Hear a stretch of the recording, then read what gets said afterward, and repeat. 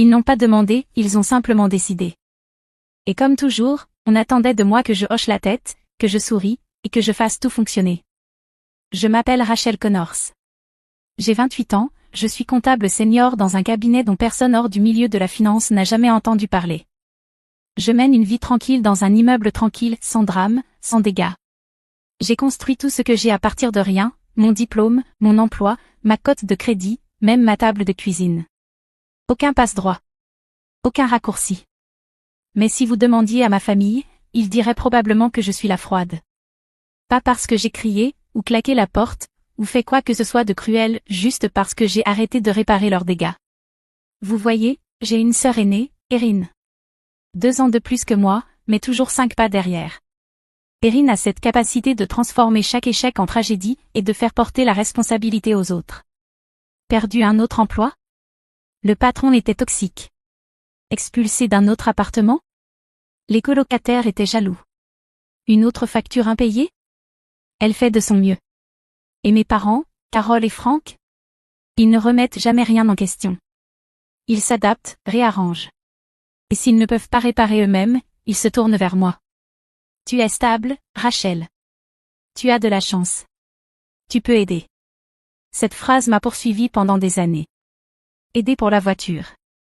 Aider pour le loyer. Aider pour la caution. Toujours aider. Et quand je disais non, ces rares fois où j'osais refuser, ils agissaient comme si c'était moi qui brûlais les ponts. J'ai compris très tôt, ma valeur ne résidait pas dans l'amour qu'on me portait. Elle résidait dans mon utilité. Mais l'utilité a ses limites. Et ils allaient bientôt découvrir les miennes. Le dîner du dimanche avait un rythme immuable chez nous. Même gratin. Même table. Même tension déguisée en politesse. Ce soir-là, quelque chose sonnait faux. Maman m'a accueillie à la porte avec un sourire trop large pour être sincère. Tu es si mince, ma chérie. Tu manges suffisamment? Papa ne disait pas grand-chose, juste un hochement de tête et un distrait « Salut, ma grande ». Erin était déjà à table, en train de faire défiler son téléphone, évitant mon regard comme une ado convoquée chez le proviseur. Je connaissais les signes. Quand ma mère devenait mielleuse et que mon père se murait dans le silence, ça voulait dire qu'ils allaient m'annoncer quelque chose qu'ils savaient que je n'aimerais pas. On a traversé la salade. Maman a félicité la météo comme si c'était une performance. Papa a continué de remplir son verre. Et Erin grignotait son assiette comme si la nourriture allait la mordre. Puis maman a posé sa fourchette, croisé les mains sur la table, et m'a lancé ce sourire calculé qu'elle réservait aux demandes enveloppées de culpabilité. Rachel, dit-elle d'une voix trop douce, on en a parlé.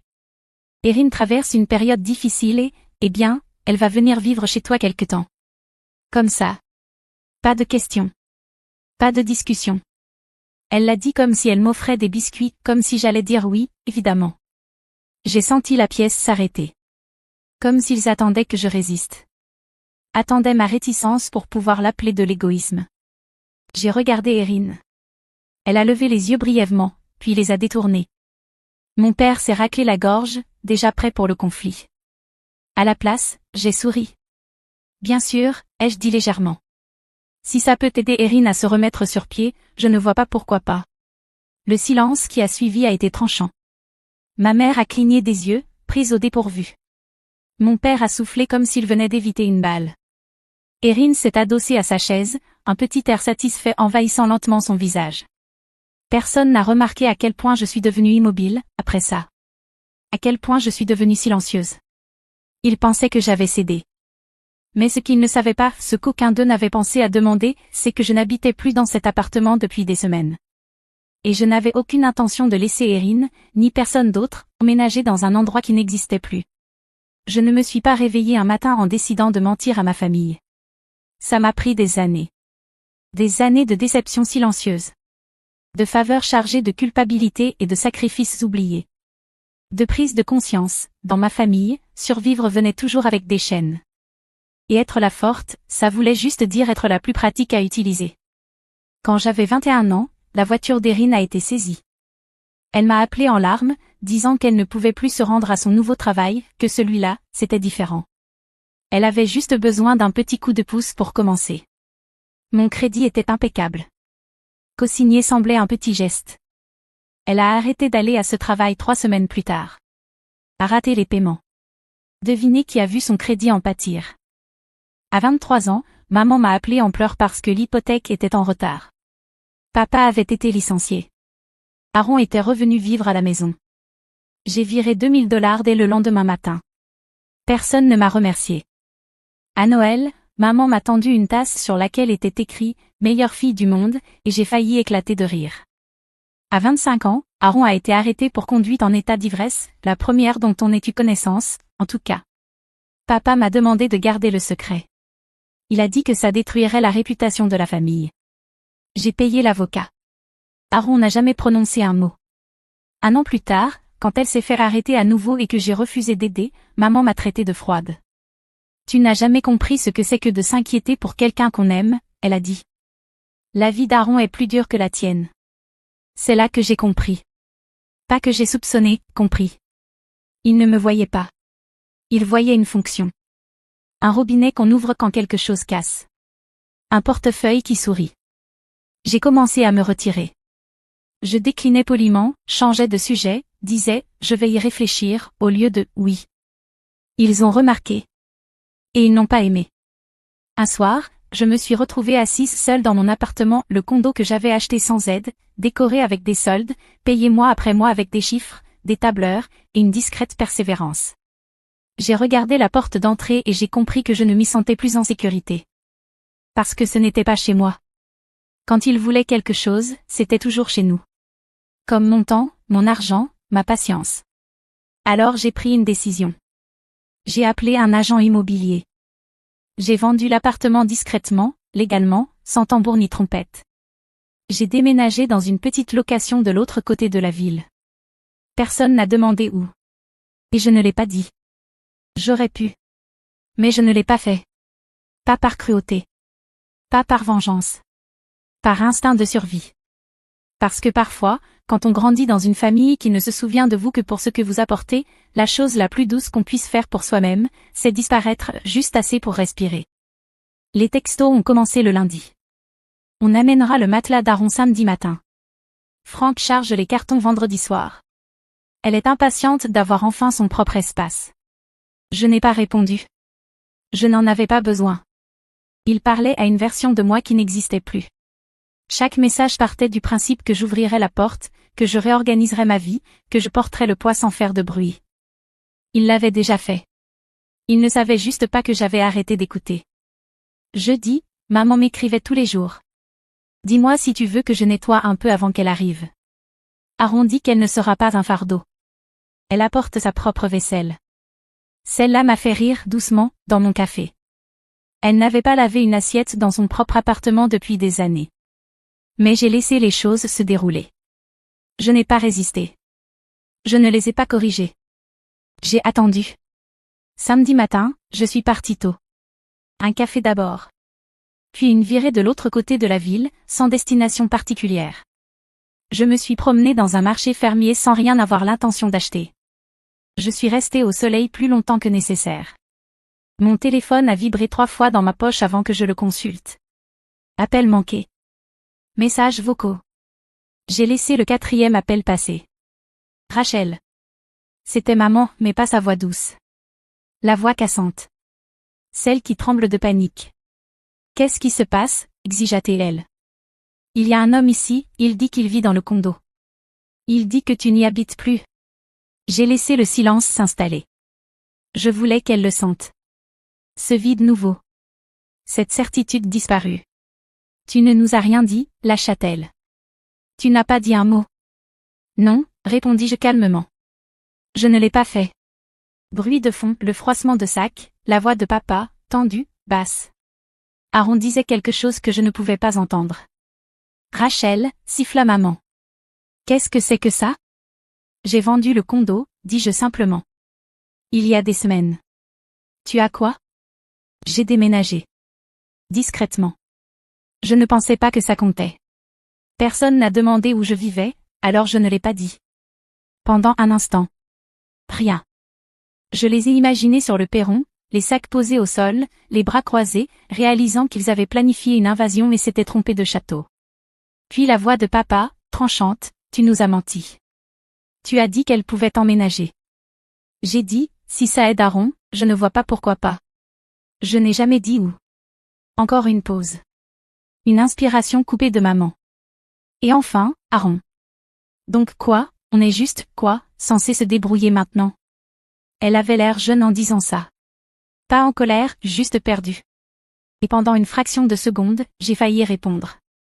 Mais je ne l'ai pas fait. Parce que voilà ce qu'ils ignoraient. Je n'avais pas changé les serrures par colère. Je n'avais pas vendu le condo pour faire passer un message. Je l'ai fait parce que j'étais fatiguée de vivre dans un endroit qui n'avait jamais vraiment été à moi. Je l'ai fait parce que je méritais d'entrer chez moi sans me préparer à l'impact. Et parce que parfois, la chose la plus douce qu'on puisse faire pour ceux qui refusent de changer, c'est de ne plus leur faire de place. Ils ont cru que ça s'arrêterait là. Ils se sont trompés. Parce que le soir même, ils étaient à ma porte. Je savais qu'ils viendraient. Même en sirotant mon café ce matin-là. Même en laissant leurs messages s'accumuler. Je savais que maman ne lâcherait pas. Elle creuserait, appellerait quelqu'un, ou se pointerait, juste pour prouver qu'elle le pouvait. Que peu importe où j'allais, je restais accessible. Redevable. Au coucher du soleil, on a frappé à la porte, 3 coups secs, précipités. Le genre de coup qu'on entend quand quelqu'un essaie de rester poli, mais ne tient plus. J'ai regardé par le Judas. Carole, Franck, Aaron. Et un coffre plein de cartons garés sur le trottoir comme un jour de déménagement. J'ai entrouvert la porte. Vous m'avez retrouvé, ai-je dit d'un ton plat. Maman avait le teint rouge, le rouge à lèvres effacé, les cheveux repoussés comme si elle avait passé la main dedans trop de fois. On a essayé d'appeler, dit-elle, la voix tendue. On ne pensait pas qu'on te trouverait vraiment ici. C'est mon appartement, ai-je dit. Mais tu as dit, la voix de papa montait, tu as dit qu'elle pouvait emménager. Maintenant on est là avec toutes ces affaires et tu fais comme si on était des étrangers. Je n'ai pas bougé. Je n'ai pas élevé la voix. Je n'ai jamais dit qu'elle pouvait emménager ici. J'ai dit, si ça aide Aaron, je ne vois pas pourquoi pas. C'était pour l'ancien appartement, que si tu te souviens bien, je n'habite plus.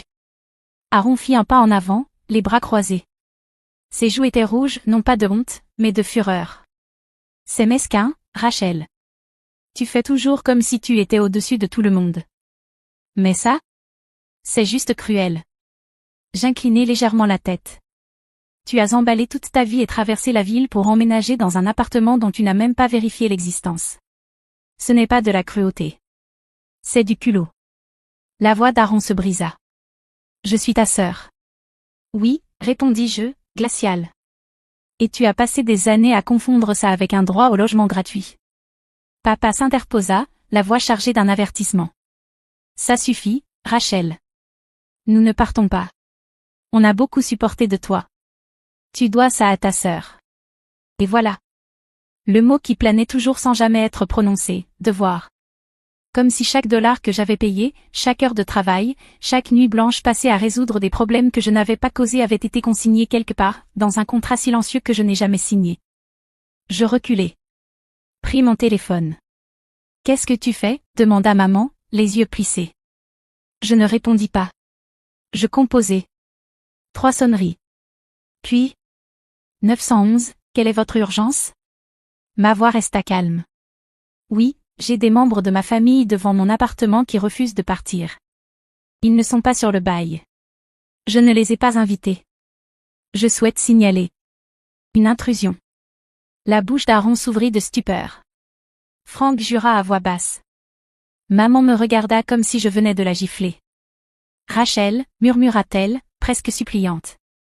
Tu appelles la police contre ta propre famille? Je vous ai demandé de partir, dis-je.